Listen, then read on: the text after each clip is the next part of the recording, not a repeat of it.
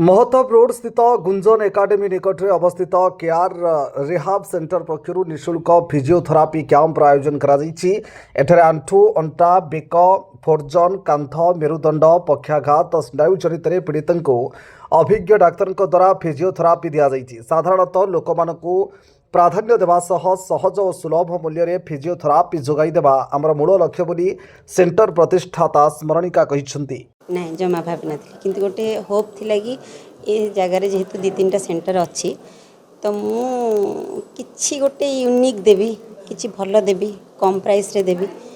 कि सब प्रकार मशीनरी मैनुअल रखी तो ये सब भाभी करी ये सब बेनिफिट जब लोक पाखे पहुँचो लोक डेफिनेटली आसवे। तो वर्ष दी तीन फ्री कैंप करी एवरी संडे गोटे फ्री कैंप फास्ट हाफ रखी तो ये सब उद्देश्य नहीं कि मुझे बाकी जहाँ तो हो शुणु एत शीघ्र तो मुझे हो मोर कंटिन्यू कर चली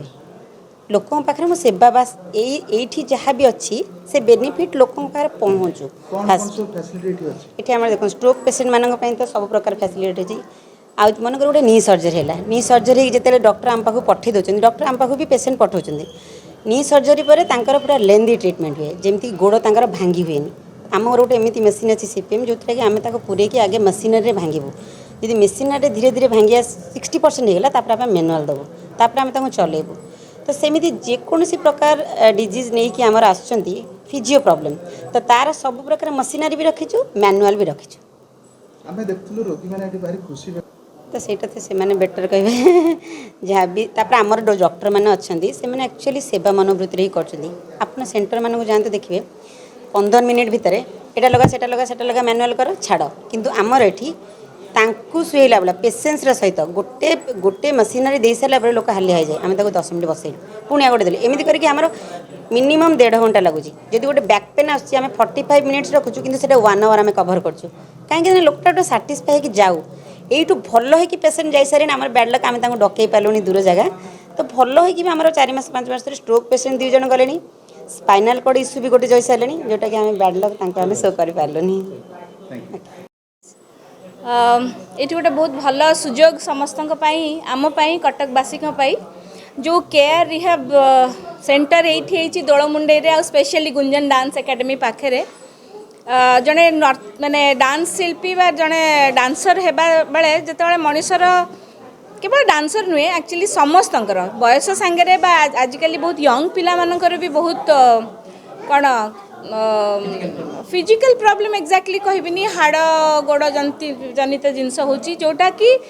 बहुत इम्पोर्टेंट आजिका दिन में एमती गोटे सेंटर हवा मु निश्चित भाव में समस्त को रिक्वेस्ट करी कटक रे जो मैंने अच्छा जो मानकर ये सब प्रॉब्लम अच्छी से मैंने बहुत स्वीटली केयर नौकरी माने ईच एंड एवरी पेसेंट को धैर्यर सहित देखुंट स्नेहरे माने जो मूवमेंट गुड़ा कराउछंती एणु बयस बयस माने बढ़िया सांगे समस्त जो प्रॉब्लम एमती कि मोर जो भी प्रॉब्लम से मुझे आसपा निश्चय प्रेफर करी कहीं डाक्तर मैंने बहुत यंग आ बहुत वेलकमिंग प्रथम कथा गोटे सेवा मनोवृत्ति से अच्छी से स्मरणिका को बहुत धन्यवाद देवी गोटे एत गोटे भल चिंता कर आजिका सोसाइटी कि देहर जत्न नवा एत आवश्यक वयस्क हूँ यंग हूँ समस्त आवश्यकता रही आई जो सेंटर पर बहुत बहुत शुभकामना एवं धन्यवाद जन। आजकल तो प्रत्येक लोक को पेडियाट्रिक्स टू नहीं कि जेरियाट्रिक्स प्रत्येक लोक को नीड टू थेरापी कहीं आम जो आजकल डे मान लाइफस्टाइल आमर जो करुचु आम आजिकल सबू जिनस मेकानिकल छाड़ी एवं आम इलेक्ट्रिकल उपरକୁ गलुनी सबू जिनस आमर मूवमेंट लेस है तो जिते डे टू डे डेभलप हो दुनिया तो आम से कोड़िया हो जाऊँ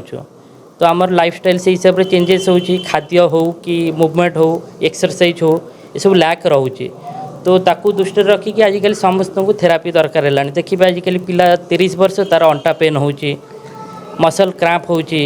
तो जेहेतु आम लाइफस्टाइल ठीक ठाक करूनु ये सब प्रोब्लेम देखा जाउची मेकानिकल प्रोब्लेम आगुर कौन बयस हेले देखा जाउतला 60 हम जनकर कैल्शियम कमिब कि नी पेन बाहरला बैक पेन है ये सब होता किंतु आजिकल कम बयस पिलांकर जिम जिम जाइए मसल स्ट्रेन हो गला स्प्रेन हो गला सब समस्या देखा जाउची तो समस्त को आजिकल थेरापी दरकार। सुनंदा मिश्र मो एसोसिएट प्रोफेसर थी इंग्लिश डिपार्टमेंट रे मु रिटायर्ड हो जाइए 17 मसीह କିନ୍ତୁ ତାପରେ ପରେ ମୁଁ ଟିକେ ହେଭି ଲେବର କଲି ମୋ ପ୍ୟାରେଣ୍ଟସ୍ ମୋ ଫାଦର